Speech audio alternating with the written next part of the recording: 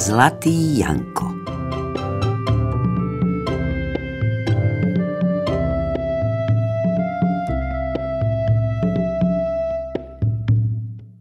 Bol raz jeden Janko chudáčik. Telíčko pokrivené, nožičky slabé, ruky tenké a dlhé ako nohy pavúka. Nebol veru pekný. Nikto ho nemal rád. Mamička mu umrela, otecko odišiel kamsi do sveta. Ako opustený psík sedával pri vrátkach majerov a prosil o chlieb. Hýbaj odtiaľto, ty škrata, nadávali mu gazdiné a Janka vyháňali. Raz, keď bol hladný, povedal si: Pôjdem do hory, nazbieram huby a predám ich, chlebík si kúpim. A išiel. Prišiel k jednej húštine a začul, ako tam kdosi plače a horekuje. Ach, jaj, ach, ach. Rozhrnul Janko krovie a vidí sedieť na zemi malého trpaslíčka. Nožička mu krváca, ako sa o kameň poranil. Zľutoval sa Janko, ranu mužíčkovi vymyl a čisto obviazal. Neplač, maličký, domov ťa odnesiem, sľubuje Janko. Dones ma, Janko, dones ma k myšacej diere za horu.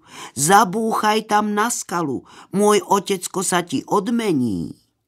Vzal Janko trpaslíčka, doniesol ho k myšacej diere za horu, na skalu zabúchal.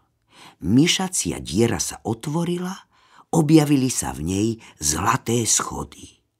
Zišiel teda Janko po zlatých schodoch dole a vstúpil do záhrady, kde bolo plno malých trpaslíčkov. Ako Janka uvideli, hneď sa k nemu hrnuli. Ďakujeme ti, že si nám zachránil bračeka, hladkali Janka. V tom vstúpil trpaslíkov otecko. Mal krásny červený plášť a na hlave zlatú korunu. Si veľmi dobrý, Janko, povedal úbohému chlapcovi. Vzal ho za ruku a odviedol k zlatému potoku, ktorý už zďaleka svietil ako slnce. Vykúp sa v ňom, radil Jankovi. Vykúpal sa teda Janko v zlatom potoku. A len čo sa vykúpal, aký bol len krásny. Telo malo rovné ako breza, líčka ako maľované a žiara z neho vychádzala ako zo zlata. Radosť sa pozerať.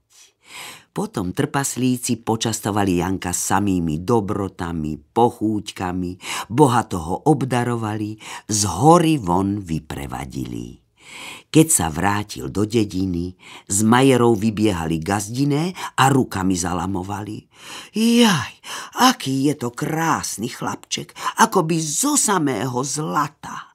A nosili chlieb a mlieko a med a jablčka a dávali Jankovi.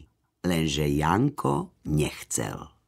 Keď som bol škaredý, odháňali ste ma, povedal gazdinám.